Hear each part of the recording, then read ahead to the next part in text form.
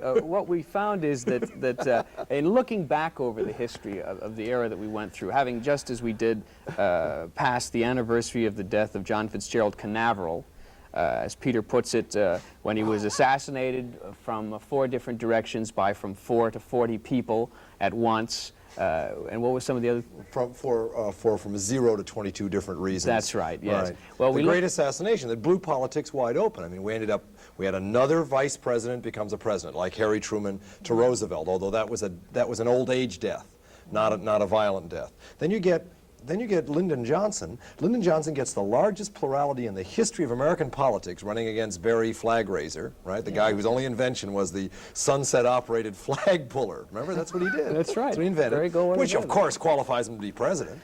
And he gets the largest plurality, and all of a sudden, 2 years later or so, or 3 years later in office, he quits. Nobody asks why Lyndon Johnson quit in office. He would have been elected president again.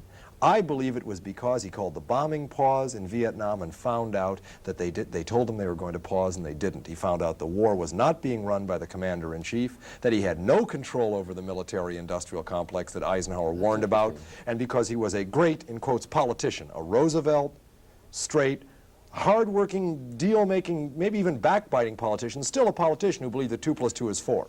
And when he found out that he was only a figurehead, only a suzerain, and that he had no control over the life and death of the people that we were punishing in Vietnam, he bases this assumption on the fact that when we were recently playing in Hawaii, at the University of Hawaii and then later at Schofield Army Barracks, we befriended one of the young men who worked with us, who was on Guam at the time. His parents apparently were there. He was at Guam at the time that this bombing pause was called, and there was no bombing pause in Guam. No. In other words, what happened, he said, when they called the bombing pause, they monitored all of the telegrams and all the telephone calls going off of Guam. You couldn't make a call through direct. You had to go through a board all of a sudden. The reason being is that there was no pause. The 52s flew all day and all night. It was purely PR. It was just a lie.